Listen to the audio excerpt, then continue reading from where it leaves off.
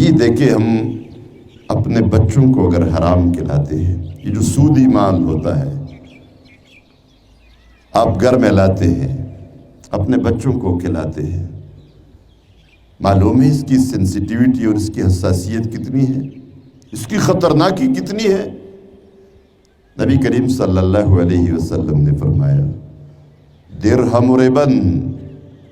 یأکلہ الرجل وہو یعلم اشد علی اللہ من 36 زنیہ۔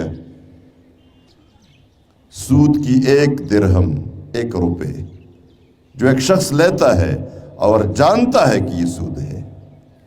اس سے یہ معلوم ہوتا ہے کہ اگر کوئی شخص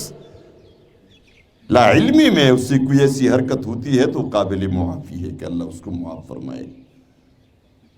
لیکن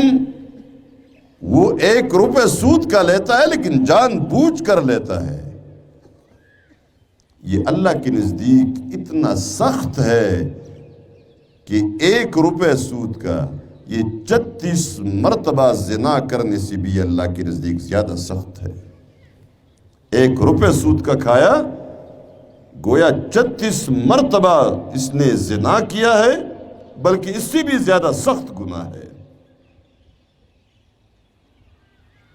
کون ہوگا جو سود کا مال لینے کے لیے تیار ہو جائے، لیکن جب دل سخت ہو جاتے ہیں، گناہ کے اندر دل ایسے پکے اور مضبوط ہو جاتے ہیں کہ وہ ہدایت کے راستے بند ہو جاتے ہیں، جس کے لیے پھر وہی لے سکتا ہے، اس پر کوئی اثر نہیں ہوتا۔ تو آپ گھر میں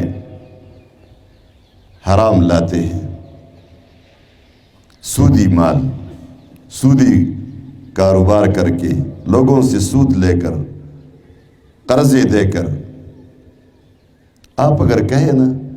ہم سود نہیں لیتے، ہم سودی مال جیب میں نہیں رکھتے، یہ جو پورا بازار اور پورا بینکاری کا نظام سودی ہے،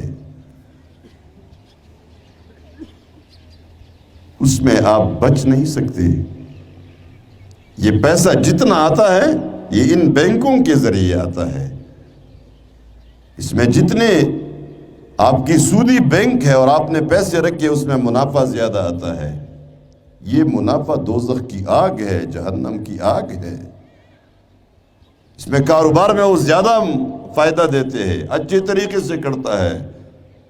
یہ جتنے بھی آپ سودی بینکوں کے بارے میں کہتے ہیں، یہ تو آپ دوزخ کی آگ پر راضی ہو جاتے ہیں۔